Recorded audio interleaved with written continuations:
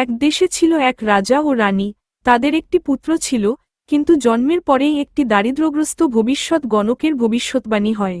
মহারাজ, আমি ভবিষ্যৎ দেখেছি।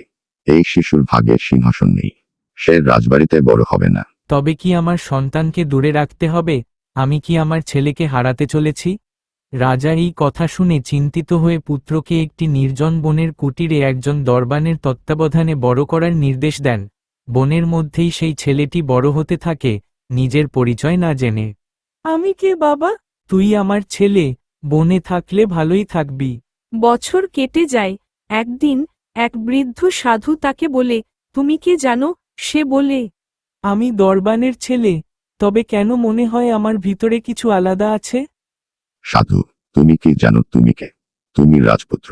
রাজা তোমার বাবা, তোমাকে জোর করে দূরে রাখা হয়েছে। আমি রাজপুত্র, সত্যি, তবে আমাকে প্রাসাদে ফিরে যেতে হবে। রাজপুরোহিত, তুমি যদি সত্যি রাজপুত্র হও, তবে এই প্রশ্নের উত্তর দাও। 3টি রত্নের মধ্যে কোনটি আসল? রাজপুত্র, যেটা সবচেয়ে খাঁটি, সেটা হৃদয়ে চিনে নিতে হয়। খাঁটি মন, খাঁটি বিচার, সেটাই রাজপুত্রের পরিচয়।